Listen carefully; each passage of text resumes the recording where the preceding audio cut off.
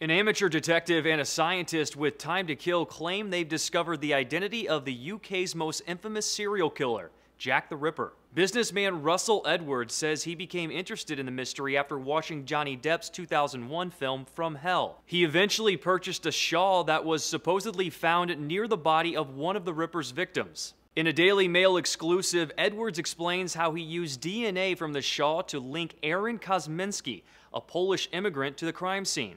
Kosminski, who was already a prime suspect in the case, was forcibly put into an insane asylum at the height of the murders and remained there until he died. This is far from the first time someone has claimed to solve the mystery of Jack the Ripper.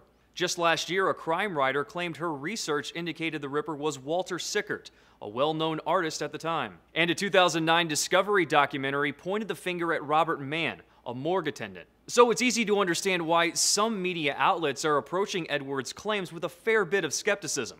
A writer for the Oregonian notes a number of reasons why Edwards' story on the origin of the shawl isn't exactly ironclad. The shawl supposedly came from a police officer who took it from the scene of one of the murders and handed it down through his family. But there's no proof to back up that story other than a letter from the same family. Edwards was assisted by a molecular biologist, but none of his findings have been published in a peer-reviewed journal, making it impossible to verify his methodology just yet. And as The Independent points out, there is no way to ensure that the DNA wasn't contaminated either while being analyzed or sometime during the more than a century since it was discovered. More can be read about Edwards' findings in his book, Naming Jack the Ripper. For Newsy, I'm Jay Struberg.